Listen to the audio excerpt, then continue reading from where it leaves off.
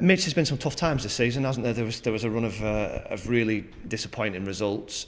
Does it feel like there's been a bit of a corner turned, not just with the results you've had in the last couple of weeks, but with the performances and the goals you've not conceded?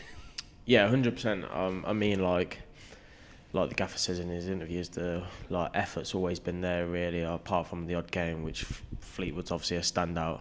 And obviously since that meeting, I think everyone can see that there's been a massive change. And obviously not shipping in goals at the minute has been a big bonus, and getting a few wins has helped us out. Are you actually doing anything differently?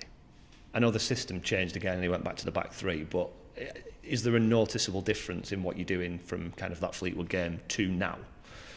I wouldn't really say we've changed much in terms of like training, the way we train.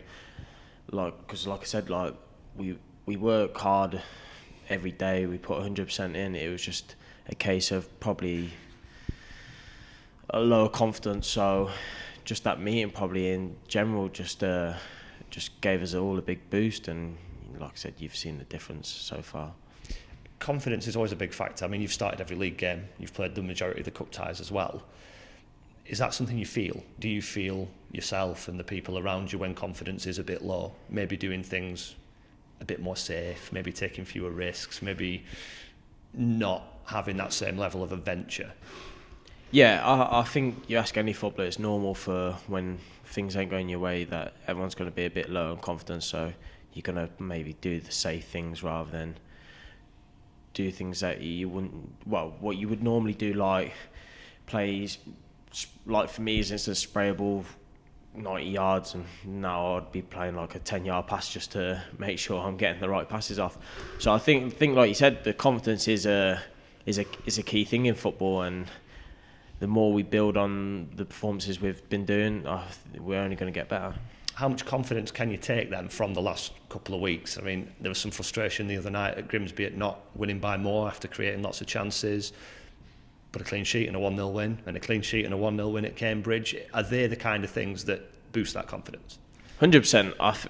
Especially me being a defender as well, clean sheets are things that you live for, because the last thing you want to do is be shipping in goals, because it doesn't look good for you, it doesn't look good for the team. So when we're getting clean sheets and getting 1-0 victories, they really do feel the best.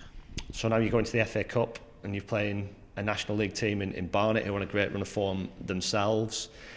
How important is the FA Cup, particularly being the second round and knowing that the third round is when you potentially can get one of those big ties? Yeah, I think in general the FA Cup for everyone is a massive thing. Like when I was growing up, like the thing you always look forward to is watching the FA Cup, watching the small teams beat the big teams, and obviously knowing the third round's around the corner, it's something really to look forward to. Does that put extra emphasis on the second round then? If you want to be in that third round and get that chance to maybe get a Premier League team, the second round would be the worst one to lose in, I imagine. Yeah, 100%. Like you said, it probably is the worst one to lose in, because you know a big team's just around the corner, but we know that Barnet's going to be up for it as much as we are, and we know they're a good team as well, so it'll be a really good day. I mentioned you playing basically all the games. How have you found that, and how much do you feel like you've improved? Because I know when you first came in and you got back in the team after a bit of time out, you said that you thought the writing might be on the wall here, and now you're playing every week. Yeah, it was a strange one, because I spoke to my family about it. I come in the summer thinking I probably ain't even going to be in the team here, just because the way it went last season. So for me to play every game so far, it's been really enjoyable, and obviously I'm just progressing as much as I can. There's been so many injuries this season, and then players come back from injury, and it seems to take them a while to get up to speed sometimes. From playing all the time, do you feel the benefit of that? Do you feel like, you might not do that much work on the training pitch, but you kind of bang on it and ready on a match day because you've played so many games? Yeah, 100%. I think there's a difference between being fit and then match fit. Like the only way you're going to get match fit is by playing games. So I know the gaffers mentioned that get injured a few times in training, but I'm always there ready to play Saturday. So, and I suppose that's the other thing. We were in the physio room speaking to a few injured players for a thing we did last week. There are quite a lot of players, I think I'm right in thinking, who aren't injured but might be looking after something, nursing something, managing their workload. Is that part and parcel of it? How often are you 100% right? Um, I probably would never say I'm probably ever 100% right, especially me. I can't speak for everyone else, but like you said, Dan, you've been in before and you've seen people that you're thinking, why are you in here? But I think it's a case of when you feel slight niggle, especially at the minute with the amount of injuries, people are nursing injuries just so we're trying to keep the squad tight and fit. So yeah, it's just one of those. I think every club does it.